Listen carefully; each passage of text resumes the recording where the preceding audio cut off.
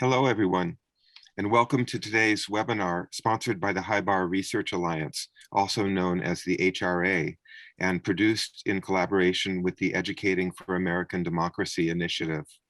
I'm Scott Slovic from the University of Idaho, and I'll be the moderator for today's one-hour event. This is the 10th in our series of webinars for researchers, research administrators, and others who are interested in what we call highly integrative, basic and responsive research. Our previous webinars are now available for viewing on the HRA website.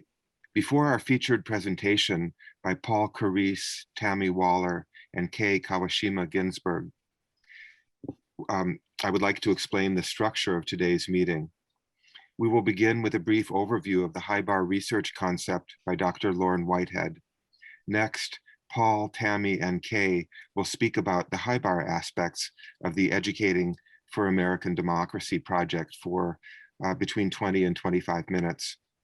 And we'll then have approximately 15 minutes for Q&A, followed by an opportunity for our presenters to offer a few final takeaways. And now let's get started. Dr. Lauren Whitehead, the director of the HIBAR Research Alliance, is a professor in the Department of Physics and Astronomy at the University of British Columbia. He'll briefly introduce the concept of HIBAR research and the HRA organization. Lauren?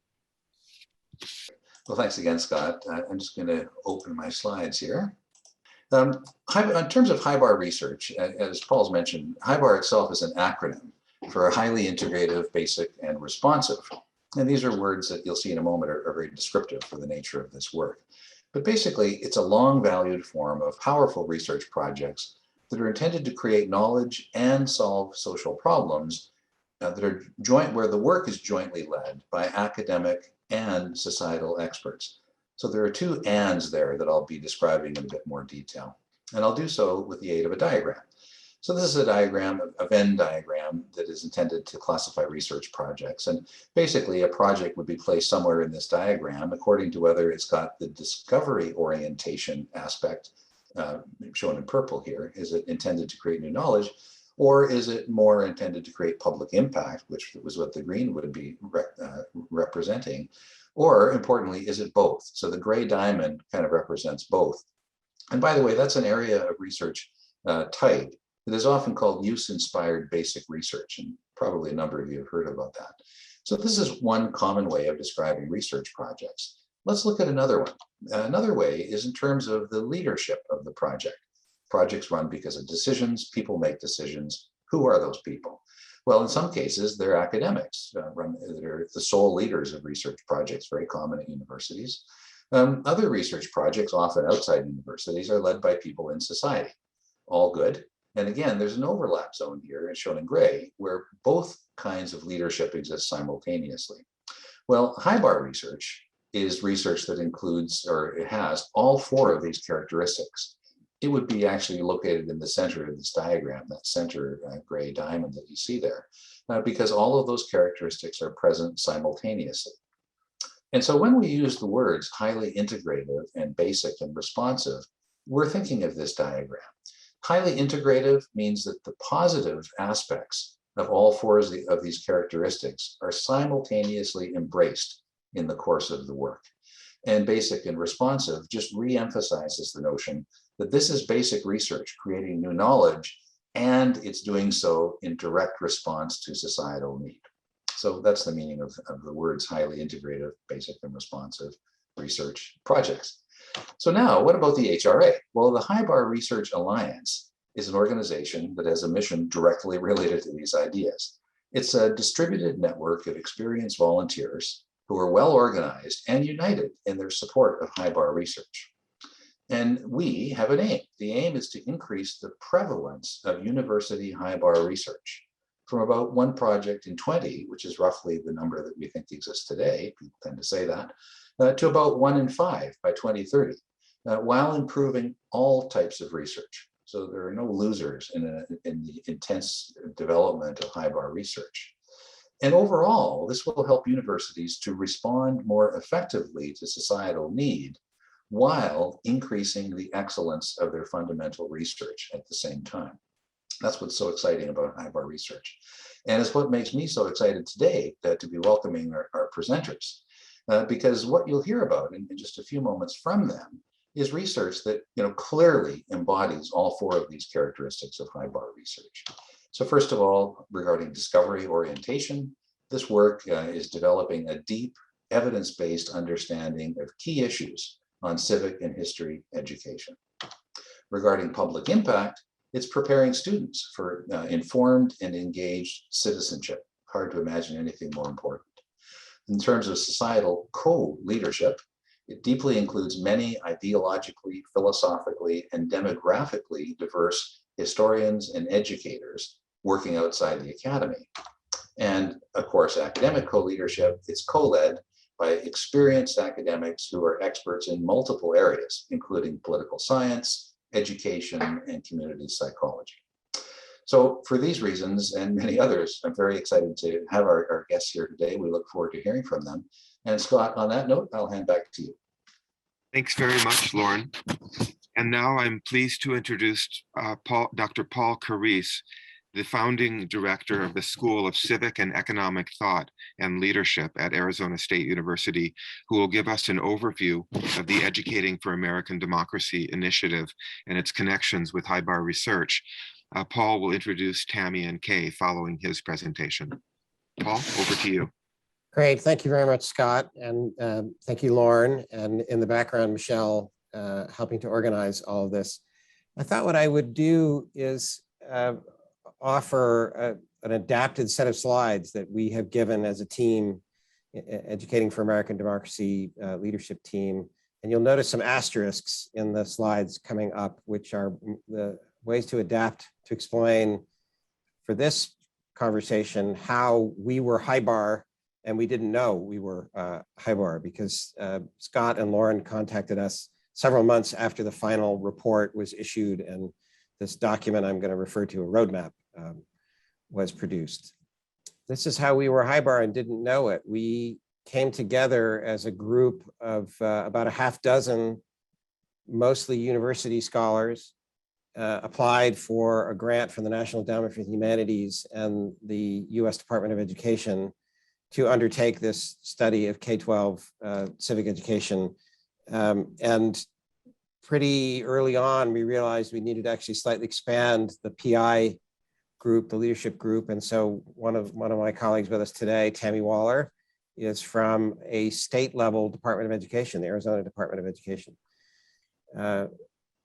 We knew that this was a highly polarized and highly contentious issue. And so we, as a group, agreed to apply for the grant seeking national consensus.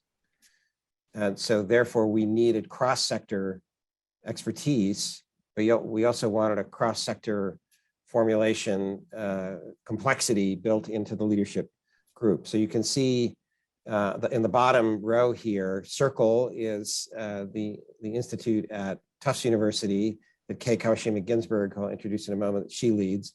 Civics is a private sector nonprofit education provider, but the largest provider of supplemental civics education curriculum materials in the country. The Edmund J. Safra Center for Ethics is at Harvard University. I'm from a very large public university in the Southwest. So, and I should say, I'll give the last one, Tufts University, the Jonathan and Tisch College of Civic Life. Circle at Tufts resides within that part of Tufts. So just to be perfectly candid, all these, speaking in American terms, all these elite Northeastern liberals contacted me in the desert Southwest, Arizona State University. I'm a constitutional conservative, slightly to the right of Ronald Reagan, and yet they reached out geographically and across an intellectual philosophical division to say, hey, wait a minute, we need a national consensus United States study of K-12 civics, so we need to have a complex leadership group. This is just graphics of the 7 of us in the leadership team with a range of intellectual, academic points of view, but also larger experiences. So Danielle Allen, sort of to the bottom left, an academic, but leading a center at Harvard, very interested in practice of ethics and especially on civic education issues, run something called the Democratic Knowledge Project. So constantly working in particularly the state of Massachusetts and beyond. Jane with the beautiful silver hair, Jane Kaminsky is scholar of history, but also directs a library on the history of women in the United States. So she's constantly interacting with people across the political, intellectual spectrum in all parts of the country to gather important materials for that. So now I'll introduce my two colleagues. Speaking right after me will be Tammy Waller, who's in the upper right. Again, I mentioned from the Arizona Department of Education, an experienced practitioner of civic and history education in public schools in Arizona, who then moved into a Department of Education position, but she also is involved with Arizona State University in teaching what's called pre-service education for aspiring teachers. Keiko Shimon-Ginsburg, the leader of CIRCLE, right? Center for the Investigation of, she'll have to spell out the acronym when she gets to, I can never remember what CIRCLE, but basically civic learning and engagement. Herself with an interesting, complex background, a PhD in clinical psychology. But for her, clinical has meant large community organizations and thinking about social and civic engagement. So she's both an academic and a very much a socially engaged practitioner. So my notes underneath try to explain the structure that we developed, that we had what we thought was a fairly diverse set of principal investigators, and then we organized teams of people in multiple levels and structures to help us lead the study. National stakeholders committee of different sectors of thinking about civic education and learning, not just K-12 expertise, but museums and libraries and other kinds of civic education providers. We had separate task forces, a history task force, a civics and political science task force, a pedagogy task force, and you'll hear more about the pedagogy report that we produced from Kay. And then we kept spreading out and saying, you know, we need to hear from more people.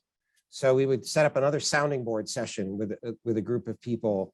And we had multiple feedback sessions like this all the way through about 18 months of the study. So we were trying to encourage a way of spreading around the leadership and the participation in the study so that we could say we had equitable leadership and we'd heard from a range of voices, but we still had a PI group at the top. Complicated thing, K-12 civics and history education. We definitely needed what we now understand as a HIBAR approach. We produced a roadmap with 7 themes for approaching kindergarten through 12th grade civics and history learning braided toward a practical goal, graduating students from high school, as we would say in the US, who can be informed and engaged and motivated citizens. And both in the need for complexity in the research design and given the particular content area, we thought of complexity and disagreement not as bugs, but as features. How could we bring out this? I underlined in the bottom set of this slide ways in which we were thinking in HIBAR ways without using that terminology. We thought the way to offer guidance to history and civics teachers and curriculum designers was to emphasize questions posed to them, and then in a grade level appropriate ways, questions they would turn around and pose to students. The last underlined comment, this is not a national curriculum. Under the American principle of federalism, it's very HIBAR, right? We would set out a framework for a common way of thinking about American civics and history education, but further work has to be done in all the different complex ways it would be done out in the States.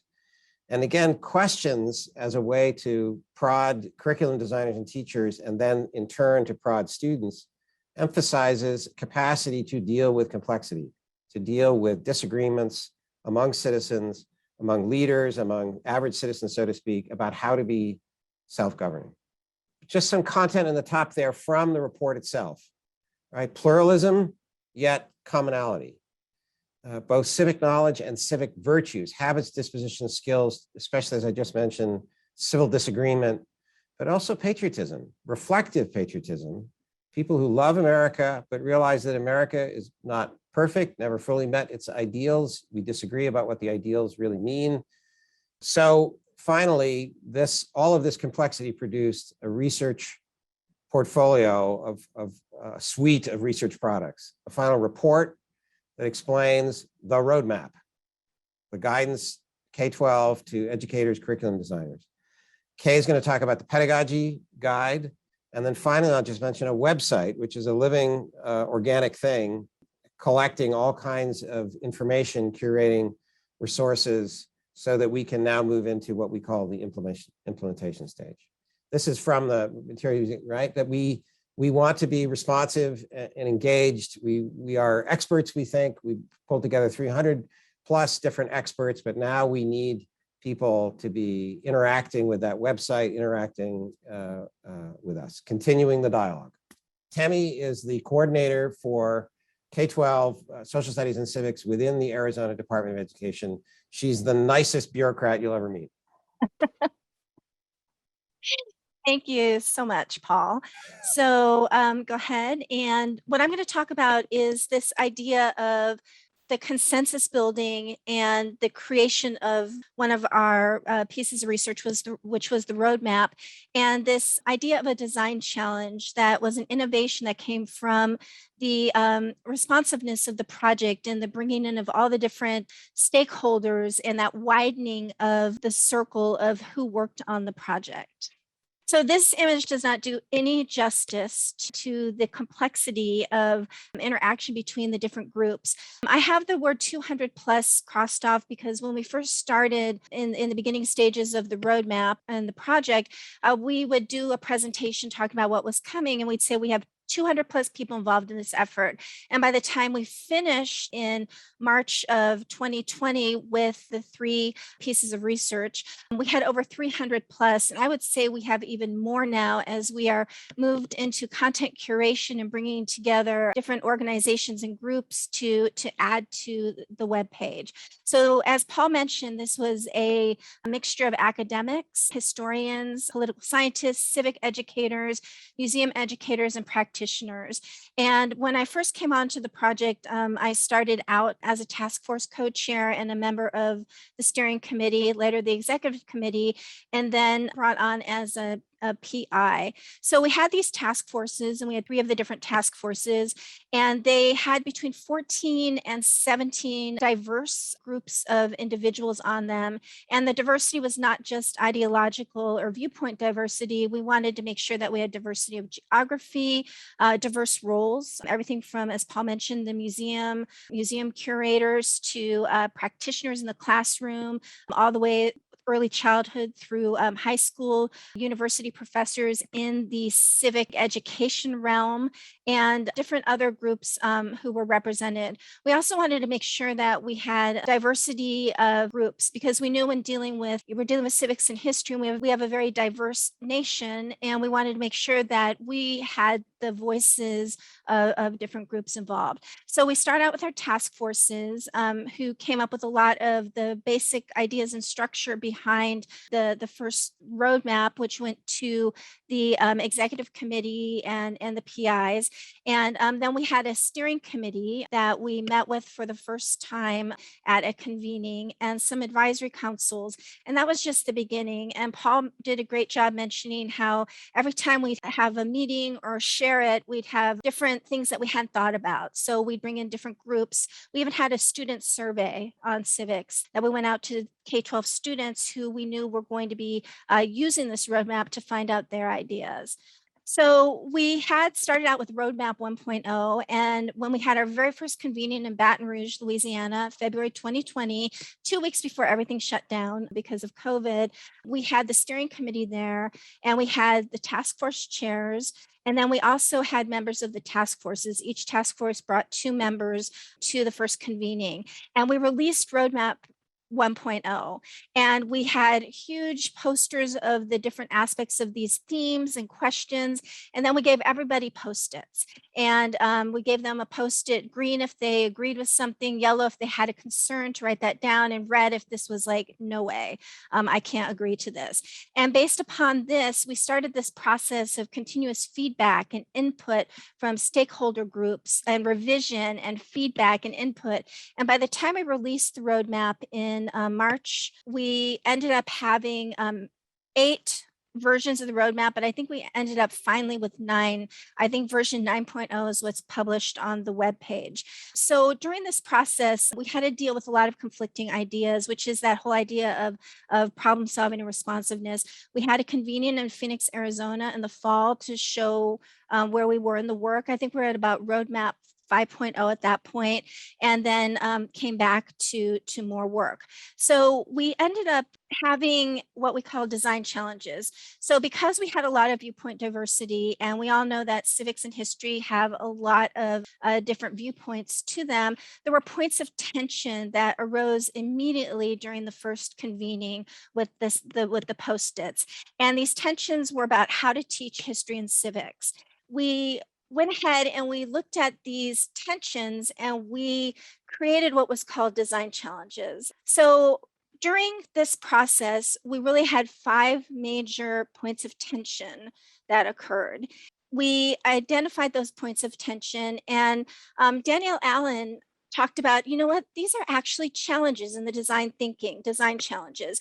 And we should embrace these challenges because they embrace a lot of the powerful principles in the teaching of history and civics. So the design challenges started out as what we were dealing with in terms of solving some of the different viewpoints that had happened, like design challenge number 1, this idea of we want students to feel agency and empowered, but we also want to teach them that they actually have a voice, but we don't want to overwhelm them. And we want to talk about things like civic friendship and listening to opposing viewpoints, which is what we were doing as part of this process. Design challenge number 2 really came up a lot with different groups who felt like the emphasis in the roadmap should be on the story of different groups in American history and civics. And then others who felt like, well, we have this shared story, this whole idea of we have the e pluribus, but we have the unum. How do we bring those together? So we had discussions and debates on that. I'm going to talk more about celebrating and critiquing compromise as an example from the roadmap. And then that idea of civic honesty, reflective patriotism, not to be cynical, but to understand that there's unfinished business that we need to do as a nation, and also understand that we have made some big mistakes in our creation of our country, and then even the way the roadmap was organized. So these became the design challenges. We broke those design challenges into questions, because everything is based on this idea of inquiry. And originally the questions were for us as we designed the roadmap, but later these questions became a part of the roadmap for teachers and students to work their way through. So we broke these into questions. Here's an example of how the first one is broken down into a question where it becomes almost an inquiry itself for students and teachers to work through as they design their own curriculum based upon concepts in the roadmap. Civic honesty and reflective patriotism was a big issue, as you probably know by even looking at the media right now. It's a conflict that's happening right now. How honest are we about our constitutional democracy and our wrongs in the past, but how do we create appreciative beliefs and ideas without being tipping into adulation? Because we don't want students to be cynical, because if you're cynical, then you feel powerless to make change. Design challenge number 3 is that idea of celebrating and critiquing compromise, that not all compromise is good compromise. There can be a danger. And how do we get students to understand this idea of compromise? So we did this by looking at how we came to decisions with the roadmap using the different input of all those involved. So we're coming to agreement by mutual concession, and we're trying to find a way between extremes. So I want to share one example of how this happened, and then I'll turn it over to Kay. So the connection to the roadmap that really resonates with me had to do with, what do we call our form of government, right? We had weeks of debate about, are we a democracy or are we a republic? We debated this and talked about it, and then we talked about why people prefer other terms. So the idea of a republic is this idea that there's order and structure and rule of law, and this idea that we're a democracy is that importance of the role of the people or popular sovereignty. So we had 2 kind of opposing camps who looked at those two definitions. We should be a democracy. We should call it a republic. So in the end, we came up with the term constitutional democracy. And because constitutional is that idea of order, structure, being contained by separation of powers, rule of law, checks and balances.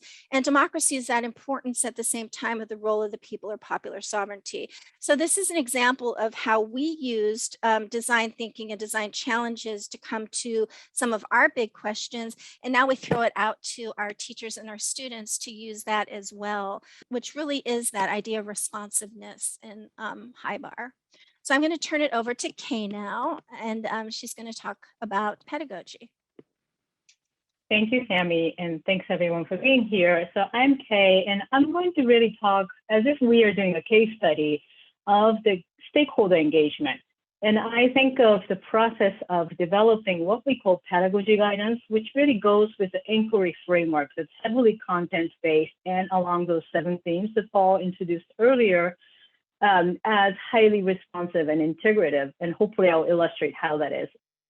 So when we are starting out the pedagogy task force, which is one of the 3 of the major structure in content production for the EAD initiative, we had a mission to try and paint an accurate pictures of the reality of the school setting and educators' classroom experiences. Because we knew that the roadmap, inquiry map, was highly rigorous. It's like a union of incredible intellectual prowess that came from all over the United States, across discipline, but it was demanding cognitively, intellectually, but also complicated ideologically and sometimes politically. I knew that from working with a lot of teachers in so-called purple states. And I knew that it was going to be difficult for some teachers. And on top of that, EAD had an incredibly ambitious goal, and we still do, and we're serious about it, which is to reach 60 million students to reach excellence in civic education so that they're fully prepared to participate in constitutional democracy and want to reach 100,000 educators. That's the starting point. And we had to start the process of inquiry. We started with that big question of how the heck do we reach that many students and so well? And that many, 60 million, means we had to really worry about all kinds of context and all kinds of backgrounds of students brought into the classroom. So it really needed to start from the beginning because there was no comparable initiative that we could think of or find in our discipline and even other disciplines. So we started with the mission, gathered really great mix of educators and kind of providers of programs and people like me who are in academia a bit, and then started with literature review. After discussing with the task force, what is our mission, how are you going to help, and how important their experience, especially on the ground, really added to this initiative. It wasn't this academic cloud and ivory tower initiative, but they are the ones that are building the bridge to the practice and therefore helping other teachers like themselves. So the literature review revealed a lot of things about best practices in learning science, for example, child development, as well as social studies education. And those memos, which we had 2 or 3 of them, were brought to the steering committee, which would give us feedback on what's missing. We'll go back again. But at some point after maybe memo number 1.5, it became clear we actually should ask more teachers. And I'm very good at giving myself additional jobs. So we decided to lead a listening tour. At the point where we had version 2, I think, of the roadmap. So pretty early on, we brought the roadmap with introductory video, a really short written material about the initiative, brought it to about 100 teachers, and asked them, what would it take you? So that's the process of really thinking about what assets do we already have in the field and what needs are educators actually surfacing when they think about implementing something like this. And then we analyze all kinds of data and develop the companion. I'm going to show you some illustrative slides next. Do not read the content. I'm just showing you some of the things that we use as a tool to go back and forth with the committees and task forces to illustrate what we produce so we can make some decisions. If you can go to the next slide, please. This is the logistics. Really briefly, we were leading a 90-minute session with introductory stuff. We made it as easy as possible to dive right into the questions, and teachers were very, very ready. They were really ready to sort of be curious, ready to talk about what's going to be really difficult. And we asked those questions specifically to make sure we were incorporating their voices. And they really met more than our expectation in surfacing things that may not have been part of the thinking as content experts, because we are developing kind of inquiry framework for content purity, as if kind of the outside world may not exist yet, right? So we were sort of trying to bring the teachers in the room virtually and metaphorically almost to make sure that we were hearing their voices to say, what about the parents? What about my principal? What about the newspaper? What about my state law? These are the things that really make this initiative much more grounded in reality, and we're happy to lead that process. If you can go to the next slide here, you'll see another kind of example. This is just a raw data from our essentially online board where teachers are providing how they connected to the roadmap. Again, you don't have to read that, but we had hundreds of these stickies across these sessions. You'll see one quote that I want to actually uplift from this is what made me really feel good about having this much stakeholder engagement. We asked teachers what makes the school reform go well, what makes it real.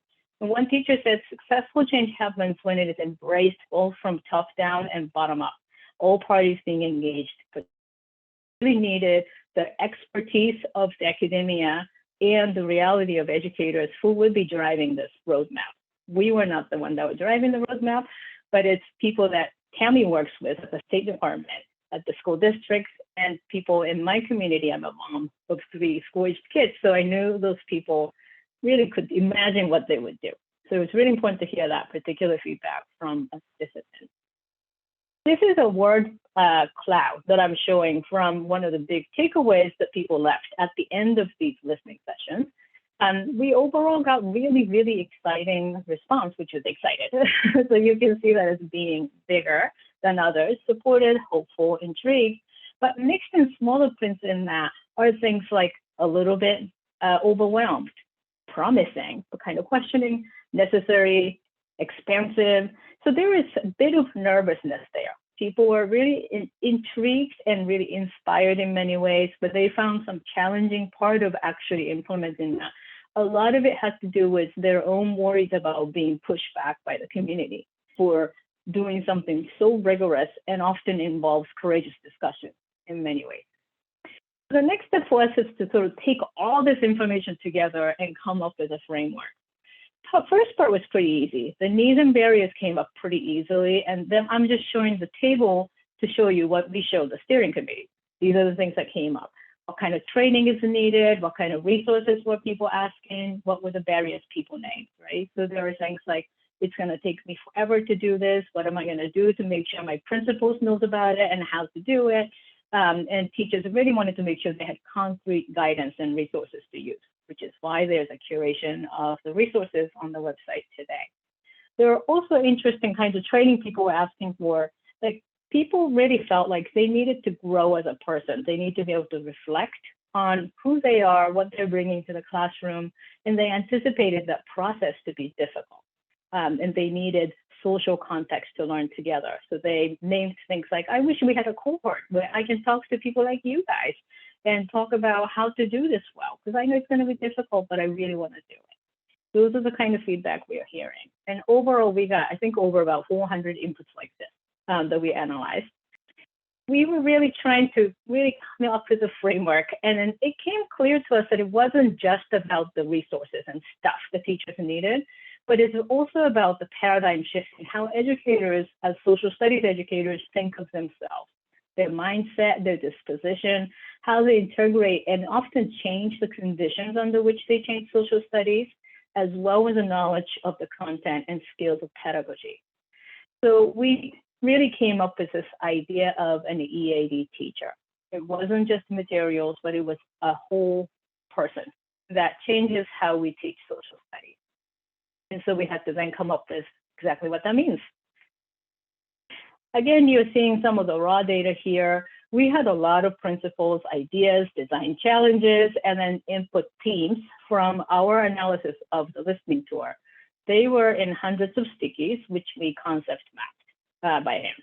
There are 4 or 5 of us that are involved in the process, and it was a long, grueling process. But in the end, we did get to 6 elements, what we call core pedagogy principles for EAD, which are supposed to go in order, starting from the mindset all the way to reflecting and assessment. This is the pretty picture we ended up with. So we have a process of continuing going from shifting our mindset to really believing in all students' potential and plausibility to reach excellence in civic education, and then thinking about yourself as an educator, as a growing professional, gaining skills, setting up the context for learning about the history and civics in a way that EAD roadmap is proposing, which can really be challenging at times. So we propose that you really need relationships in the classroom, authentic connection to the community, and teachers who feel empowered within the school. And that prepares us to lead a lot of inquiries that can be courageous and really complex, the way that Tammy and Paul were talking about. But we also said that teachers really wanted to see connection to real life. What about the way the students act in the classroom? Does it have anything to do with the inquiries? And we said, absolutely, these are about constitutional democracy. So we put it in there, the practice of constitutional democracy, how students see their own responsibility and commitment to the civic life in the classroom and to the larger community needs to be practiced as well as learned from the books and materials and in discussion. And finally, we propose that this is a process. It's not a one training and you can do it for the rest of your life. It's a continuous innovation and continuous improvement. So it's important to incorporate formative assessment and reflection as part of their teaching practice and encourage that to students also. So that's how we ended up there. And I hope you guys have time to actually look at our website and explore some of the materials. We have roughly 15 minutes or so for questions and responses. You've all done a very good job of summarizing a dauntingly complex and large project with many different participants. And I thought you very effectively described the processes that you followed in order to make all of this happen with such impressive efficiency. But I'm wondering whether there were specific things that the leaders of the project did in order to maintain a kind of generative and functional conflict among these differences of perspective and differences of opinion so that you could avoid dysfunctional and counterproductive conflict. How did the leadership function in order to continue pushing the project forward? For instance, I wonder whether if it was necessary to revisit the high-level motivation for the project and remind people, hey, even though we have these differences of opinion on a specific level, we're all after the same objective, in a larger sense. Was that the kind of motivational thinking that occurred? Would any of you like to respond to this question? I can definitely start. So I think we anticipated disagreement from the beginning. And so I remember co-developing sort of set of norms and principles by which we work together, right? I think that was enough of a process that took us weeks to kind of come up with that together. But that process, at least to me, made me feel like we were together in this. We would disagree, but we can agree on some of the really constitutional democracy principles and civic principles that we can commit to say, we're going to model these and we're going to live these so that we can actually get to what we all want, which is much better civic education and history education for our students. I remember too that there were just a few sticky points that were happening, and it was just really important to bring certain people over to support who had a few issues about it. And I know that there was a lot of relationship building that went on, a lot of listening, and in the end, just really showing that reaching out. And I think, in the beginning when Paul talked about how group reached out to him of his background and the fact that, he was more on the conservative side of the spectrum, I think that was something that was really intentionally done through this process. And I remember having conversations with some individuals who worried about the structure of themes and were worried about thematic teaching. So just listening and then coming up with some solution to show how their fears could be addressed and how this could the roadmap could work thematically or chronologically. And that was a design challenge that we wanted school districts and classrooms to work out. We didn't want to have a silo or a barrier. And I think breaking silos was a really important part of this process.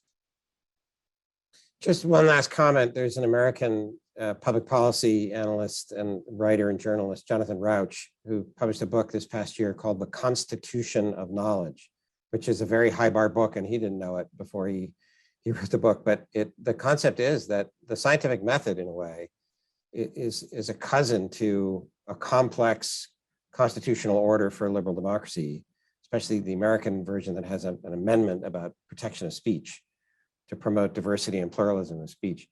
And the search, that the subtitle of the book is a defense of truth, right? If you're doing research in a way to try and find out what is reality, what's actually going on in related to a certain project or problem, you've got to have pluralism in the structure of the debate, the conversation, the sources of information that you're getting. And that's difficult and it's messy. I mean, I have to say, when I started this project, these people are much more, Kay and Tammy are much more difficult to work with than I've somehow conveyed. When I started this project, my hair was black and my beard was black. And now I've got all this gray. It's messy, it's difficult, takes a lot. But if you're trying to assess what is reality, what is the reality of this problem or issue, and then especially if it's oriented toward public action to be a usable research set of products, the complexity is a necessity. I will say just one other thing, it's striking a balance between leadership to keep things moving forward and the listening and the dialogue and the equitable distribution of opportunities to influence. There was a leadership group, and Louise Dubé, to give her credit, the head of Civics, was basically the executive administrator for the PI group, and striking that balance was crucial. Thank you. I want to move ahead. We're getting a few questions in the Q&A box, and I'm going to try to synthesize these to some extent. Also, one of my seeded question is about what next? Now that the roadmap has been generated, what is the next step in the research project? And Kay, I think you referred to the monumental challenge of rolling out the roadmap and distributing the pedagogical materials to, you said 60 million students and 100,000 educators. I mean, that is enough of a what next. But where some of the questions we're getting are related to what the process is to bring these results into classrooms and school systems in which civics is not really taught or not adequately taught today. And then we also have a question from someone who's saying that the US context is certainly unique and different from other countries' situations, but are there efforts to bring K through 12 civic curriculum in other countries, to communities in other countries, such as Canada and Germany? And is anyone who's part of your team thinking about using this effort, the recent effort that you've been describing, in a non-United States context? I think in the initial stage, and Tammy, I want you to go next, is really creating the prototypes.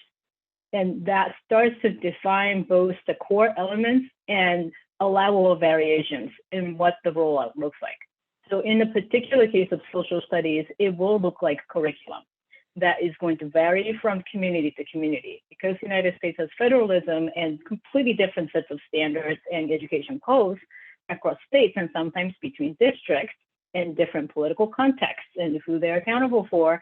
There's a huge amount of diversity in what civic and history education looks like. So the first steps are starting to look like maybe selective number of teachers would develop curriculum units. Maybe a place like Arizona is doing something bigger. And that starts to sort of give us an idea of what is EAD curriculum. What are some of the opportunities and challenges if we were to continue to define it and improve it? Tammy, would you like to talk about your example? Sure. So really, it seems like creating the roadmap was really easy compared to implementing. Implementation is really hard because that's, I think, when reality really hits you. I know that in Arizona, we are working on some pilots with Paul's, with ASU. We are working together on some different pilots and coming up with ways to not only introduce the EAD roadmap, because I think getting the word out about what it is and how teachers can utilize it is really important, and parents and school boards and things like that. But coming up with some actual work that's going to be created by teachers to share with other teachers. And I think that that's how it really has to start when it comes to new programs. A lot of it in education circles in the classroom is word of mouth. A teacher goes to a workshop, they get something really exciting and they share it. So creating that space for teachers to be involved in creation and sharing is going to be an important part of the Arizona pilot. And creating that EAD teacher to me has always been really important. As we've been challenged with the implementation, I know in Arizona, as I'm challenged with trying to put together my introductory workshops and everything for my teachers, I've realized that I really have to start with what the EAD teacher is in those mindset shifts first, and then work on the actual content of the roadmap, which is questions. One of the things that we did do as part of the early process of creating the roadmap is, as part of the history task force, we ended up taking each state's standards and doing a comparison with the roadmap. So we mapped state standards in history and civics with the themes of the roadmap. And we did that work. And then we didn't really talk much about it, but now I'm getting a lot of requests for that work. So I'm looking at revisiting that work and seeing if we can pull in some of the state leaders from the other states who do my job and get them to look at their crosswalks for their state standards and roadmap, make some tweaks and changes, and hopefully that will start the conversation moving towards other states. Thank you.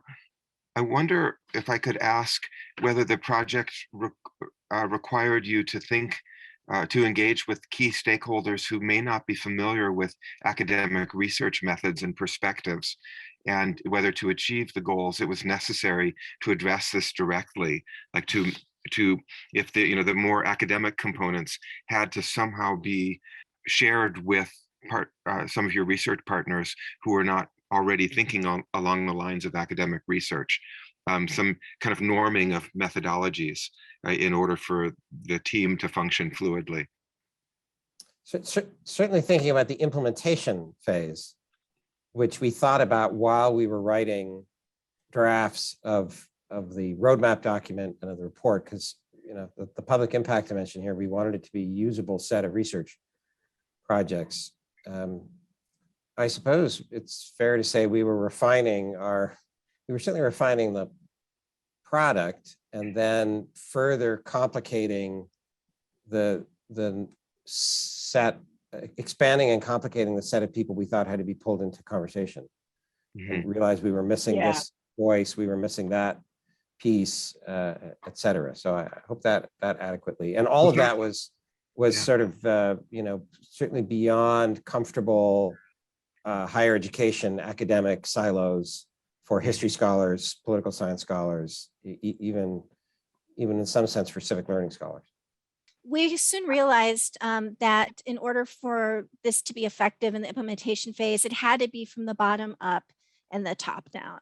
And one of the groups that was key was parents and community members. So we did some stakeholder sessions with parents and community members to talk about, what they saw as the goal of civic education, what was happening in their communities and schools. And I know that work is going to have to continue as we move towards implementation, especially because we have some polarization happening in terms of curriculum and school boards right now. So I see that as a key area where we would have to reach out and we would have to change maybe some of the way we talk about EAD. Yeah, and I would just add that I don't think I've heard the term crosswalking more than I did in this project ever. And it really took advantage of the fact that we came from very different sectors and had a Venn diagram of so many relationships and networks we're connected to. So when we had to explain ourselves as an initiative, we had somebody that was familiar enough with that sector to be able to use their language, speak from their perspective, to create, a dozen or more 2-pagers that explain what this is. So it can be school administrators, it could be state department officials like Tammy, it could be a teacher, it could be a parent, and somebody knew them well as a stakeholder. So that, I think, was another process of having that combined societal and academic leadership play a role in being able to be one of that group somehow, whatever we were talking about. So I'm curious to know whether universities can do anything by way of structural or funding support in order to make it easier for projects like this to occur with so many and such diverse participants. So from the university perspective, is there something that can encourage comparable projects?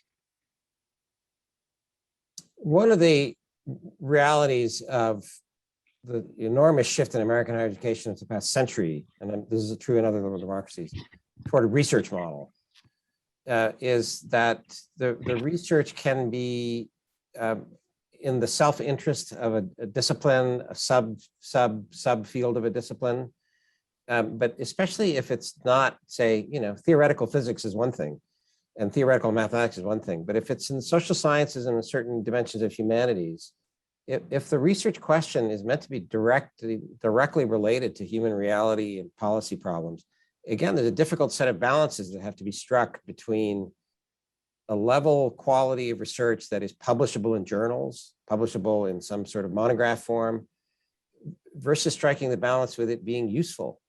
I'll just give my own field, right? Political science. I taught at a US military academy. So the questions of American foreign policy, American military strategy and policy. I will have to say a great deal of writing in political science in the subfield of international relations theory is something like a self-licking ice cream cone. It's a small set of people who are only interested in talking to each other, defining themselves against that school over there, or we're not that school. And then there's this school over here. And there's absolutely not a clue about, nor regard for, is this usable to people who actually have to make and debate policy about American foreign policy, any other liberal democracy's foreign policy, and all the complexities of that, getting public consent, working with complex institutions. No, they just have their theories and refinements and uber refinements and uber refinements of their theories. So there are elements of the university structure, I will say, that drive toward that kind of publishable research that is practically useless and even counter useful. It's not at all productive and helpful in relation to the product it's offering to people in reality. So that sounds a little harsh, but for universities to figure out what to do about tenure standards and research standards to fit HIBAR research into it. At the opposite end, you don't just want interest groups and factions of people taking over research products and their own kind of self-licking ice cream cone, right? They only get what they wanted from the beginning of it. So to strike this kind of balance with HIBAR is a tricky thing, but I do think there's a problem in the structure of incentives and standards with research at universities that would have to be addressed. Thank you. And Paul, since you have the microphone, I wonder if you could now turn to give us a few Sure. takeaways before we wrap up. So we started with questions, those two big questions, trying to get a national consensus across sectors and viewpoints for national guidance on this very complicated and contentious subject. And we had a huge ambition to meet reality where it was, which is that there are tens of millions of students constantly cycling through public school systems who need a better, more complicated kind of education. There was no model to follow. And so that arrow is that we built the airplane in flight. We were building a HIBAR airplane when we didn't really know it. All the complexity that we've discussed achieved, we think, the right balances between experts in academic fields, experts in K-12 and in teaching and in pedagogy. We produced, with all these stakeholders having a seat at the table, We produced final products that we think are not just national consensus as mush, like a gray porridge of lowest common denominator. We think we reached the highest common denominator possible through this complex structure. We have very, strong support in response. We've been attacked by some people, but that showed that we got people's attention who thought we were worth attacking and critiquing. So the two biggest products, so to speak, and they're not the only ones, there's more on the website, but the roadmap and the pedagogy companion are very complicated frameworks that we think meet the reality of this set of questions, this terrain about US civics and history education in K-12 public schools, and setting a pretty high standard for what excellence would be. Well, thank you so much, Paul, Tammy, and Kay, for your presentations and your really interesting responses to the questions. And thanks to everyone who's attended today's webinar. Please stay tuned for announcements of future events in this series. Thank you, everyone.